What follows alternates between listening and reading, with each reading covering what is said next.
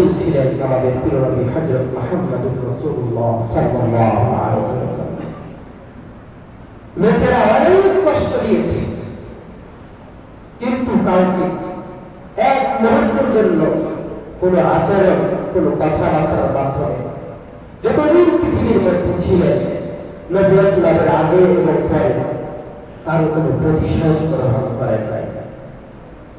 আপনারা সবাই জানেন তায়েফবাসীদের ব্যাপারে নবী করিম সাল্লাল্লাহু আলাইহি ওয়াসাল্লাম তাদের ব্যাপারে সুধারণা নিয়ে হযরত যায়েদ ইবনে হারিসা রাদিয়াল্লাহু তাআলা আনহুকে সাথে নিয়ে তায়েফে গিয়েছিলেন। মক্কাবাসীদেরকে দীর্ঘদিন ইসলামের দাওয়াত দিলেন, কেউ তার দাওয়াত গ্রহণ করলেন না। এক সময় উদাস হয়ে তিনি ভাবলেন, তায়েফ এমন একটা জায়গা যেখানে আমি ছোট থেকে বড় হয়েছি, আমি ওই জায়গায় দিন পার করেছি, দীর্ঘ 5-6 বছর কাটিয়েছি, হয়তো তায়েফবাসী আমার দাওয়াতকে কবুল করবেন। নবী করিম সাল্লাল্লাহু আলাইহি ওয়াসাল্লাম সেই তায়েফের ময়দানে গিয়ে যখন ইসলামের দাওয়াত দেওয়া শুরু করলেন, ইসলামের কথা বলা শুরু করলেন, ওই তায়েফবাসী যারা রাসূলুল্লাহ সাল্লাল্লাহু আলাইহি ওয়াসাল্লামকে নিজেদের সন্তানের চেয়ে বেশি ভালোবাসত, ওই কাফেররা ইসলামের কথা শুনে রাসূলুল্লাহ সাল্লাল্লাহু আলাইহি ওয়াসাল্লামের চরম শত্রুতে পরিণত হয়ে গেল। তায়েফের নেতারা তাদের যুবকদেরকে নবী করিম সাল্লাল্লাহু আলাইহি ওয়াসাল্লামের পিছনে জড়িয়ে দিলেন। নবী করিম সাল্লাল্লাহু আলাইহি ওয়াসাল্লামকে তারা পাগল ভেবে এমন ভাবে পাথরে আঘাত করলো, নবী করিম সাল্লাল্লাহু আলাইহি ওয়াসাল্লামের মাথা মোবারক ফেটে মাথার রক্ত শরীর দিয়ে বেয়ে বেয়ে পড়তে রাসূলুল্লাহ সাল্লাল্লাহু আলাইহি ওয়াসাল্লামের জুতা মোবারক ভিজে গিয়েছিল। রক্তের কারণে জুতা জমাট লেগে গিয়েছিল। এতটাই জোরে তারা আঘাত করত, রাসূলুল্লাহ সাল্লাল্লাহু আলাইহি ওয়াসাল্লাম তাদের আঘাতে মাটিতে পড়ে যেতেন, জ্ঞান হারিয়ে ফেলতেন। হযরত যায়েদ ইবনে হারিস বলেন, আমার যতটুকু সাধ্য ছিল আমি রাসূলকে হেফাজত করার জন্য চারিদিকে ঘোরাফেরা করতাম, তারপরে তারা রাসূলুল্লাহ সাল্লাল্লাহু আলাইহি ওয়াসাল্লামকে এইভাবে আঘাত করেছিল। শেষ পর্যন্ত নবী করিম সাল্লাল্লাহু আলাইহি ওয়াসাল্লাম যখন তায়েফ থেকে বের হয়ে আসলেন, আল্লাহ রাব্বুল আলামিন তার প্রিয় হাবিবকে এইভাবে আক্রমণ করা হচ্ছে, এতটা আঘাত করা হচ্ছে, মহান রব্বুল আলামিন সহ্য করতে পারেন নাই।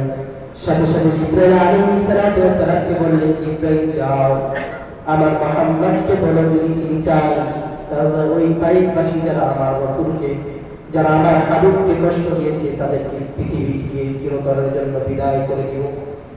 জিবরাইল আলাইহিস সালাতু ওয়াস সালাম রাসূলুল্লাহ সাল্লাল্লাহু আলাইহি ওয়াসাল্লামের কাছে এসে বললেন, আপনি খালি একটা বার বলেন এই তায়েফবাসীদের 2 পাহাড়ের চিপাইকে এমন ভাবে আঘাত করব তাদের পৃথিবী থেকে একটা জাতি করেছিল, তাদের নাম নিশানা কোনো কিছুই বাকি থাকবে না।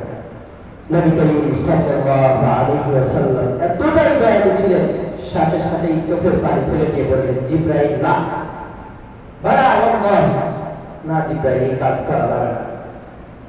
আমি তো তাদেরকে দাওয়াত করার জন্য আসছি, আমি তো আমার নিজের কোনো স্বার্থে আসিনি।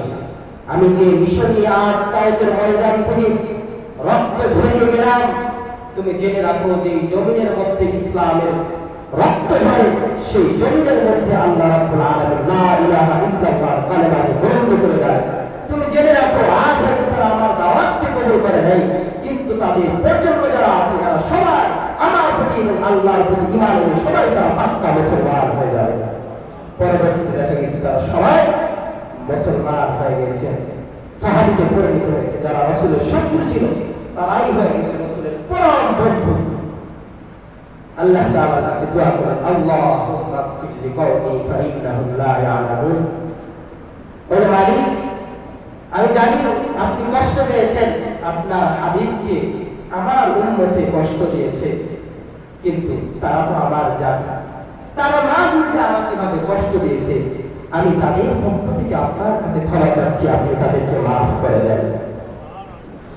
মক্কা বিজয়ের পর মক্কাবাসী রাসূলকে এতটাই কষ্ট দিয়েছিল, নবী করিম সাল্লাল্লাহু আলাইহি ওয়াসাল্লামকে অতিষ্ঠ করে হত্যার ষড়যন্ত্র করে লাঞ্ছনাদায়ক পরিস্থিতি স্বীকার করে নবী করিম সাল্লাল্লাহু আলাইহি ওয়াসাল্লামকে মক্কা থেকে বিতাড়িত করেছিলেন।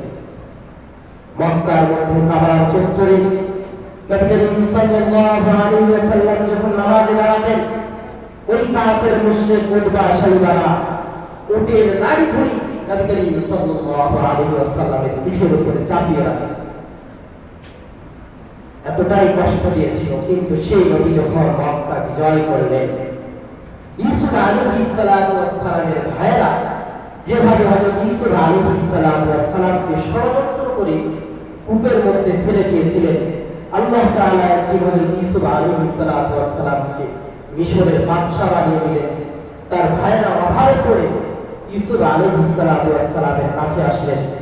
ইউসুফ আলাইহিস সালাতু ওয়াস সালাম তার ভাইদেরকে দেখে তার হাজার দুঃখ কষ্ট সব কিছু মাফ করে দিয়ে বলেছিলেন, ফালা লা তাসরিবা আলাইকুমুল ইয়াওম, আজকের দিনে তোমাদের উপরে আমার কোনো অভিযোগ নাই। আমার নবী, আপনার নবী হযরত মুহাম্মদুর রাসূলুল্লাহ সাল্লাল্লাহু আলাইহি ওয়াসাল্লাম মক্কা বিজয় করার পর মক্কাবাসীদের সামনে স্পষ্ট ঘোষণায় বলে দিলেন, লা তাসরিবা আলাইকুমুল ইয়াওম, এতদিন যারা তোমরা আমাকে কষ্ট দিয়েছে, আজ তোমাদের উপরে আমার কোনো অভিযোগ নাই, আমি সবাইকে মাফ করে দিলাম। যারা আব্বাসের ঘরে ঢুকবে তারাও না, কাবার চত্বরে যারা আশ্রয় নেবে তারাও না, নিজের ঘরে যারা নিজের ঘরে আবদ্ধ হয়ে দরজা বন্ধ করে দিবে তাদেরকেও মাফ করে দিলাম। এটাই করেছেন আকরামাহুম হিলমা, পৃথিবীর